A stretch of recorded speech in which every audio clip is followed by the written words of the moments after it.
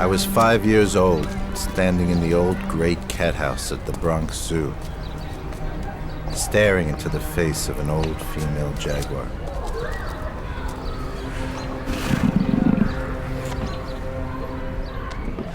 I remember looking at the bare walls and the bare ceiling, wondering what the animal had done to get itself there.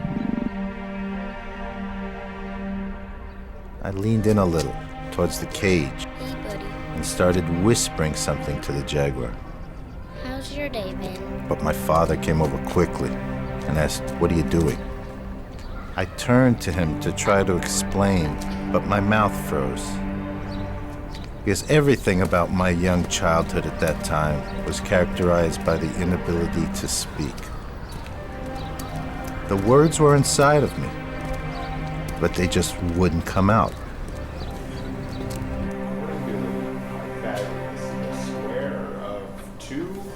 From the earliest time that I tried to speak,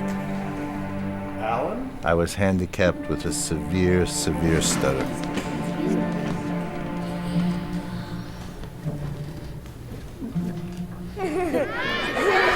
The reaction of the New York City public school system was that they put me in a class with disturbed children. I spent my youth wondering why adults couldn't see into me, why they couldn't see. I was normal. I was just a very frustrated young man. I felt very alone and out of place in the world.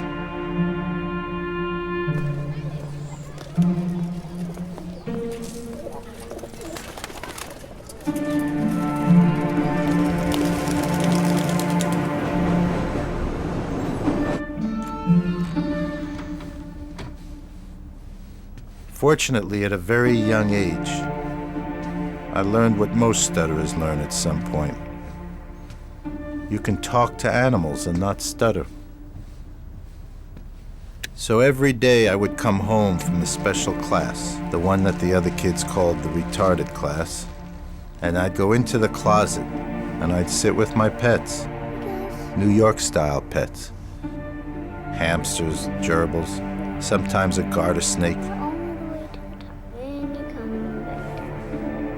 And I would talk to them, tell them my hopes, my dreams. And the animals listened. They felt it. Right then I made a promise. If I could ever find my voice, I would become the voice of those that had no voice, the animals. My parents didn't know what to do. There was very little information on stuttering at that time. No computers, no internet. But they wouldn't give up.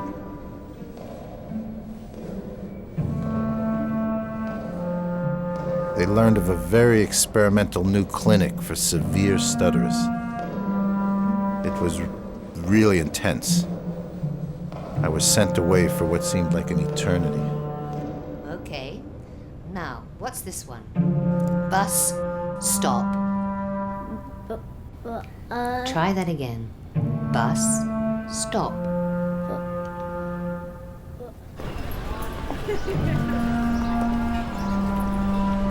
And now, Al, go like a horse, shaking it all out.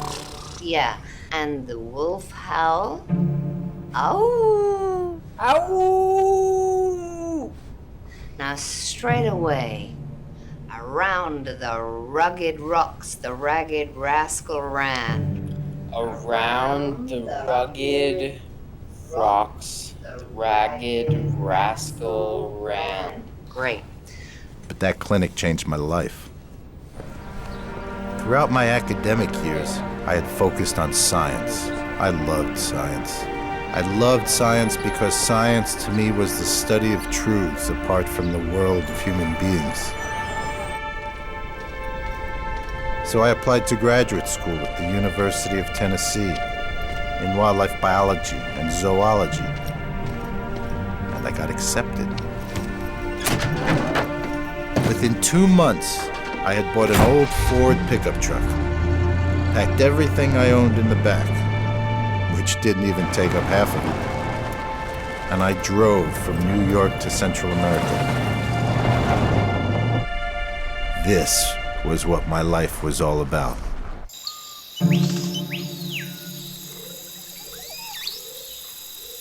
A month later, I was in the jungle following my jaguars. Being in the jungle alone with the animals was my real-world closet.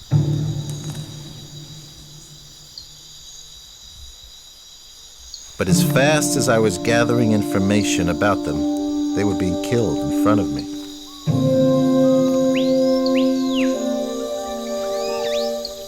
You never actually see jaguars. I knew all my jaguars in the study area from their tracks. But this one day, I crossed a completely new track.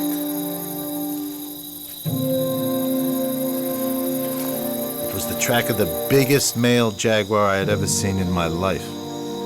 I followed him for hours, and then I realized it was getting dark, and I didn't want to be caught in the jungle at night without a flashlight.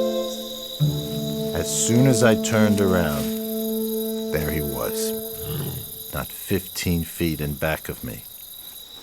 Instinctively, I just squatted down. In this animal's eyes, there was strength and power. I looked at the jaguar, and I leaned a little towards it, the way I had at the Bronx Zoo. And I remembered the promise I had made so many years before, and I whispered to it, "It's okay now. It's all gonna be okay." And the jaguar turned and was gone. And from that day on, my voice has been theirs.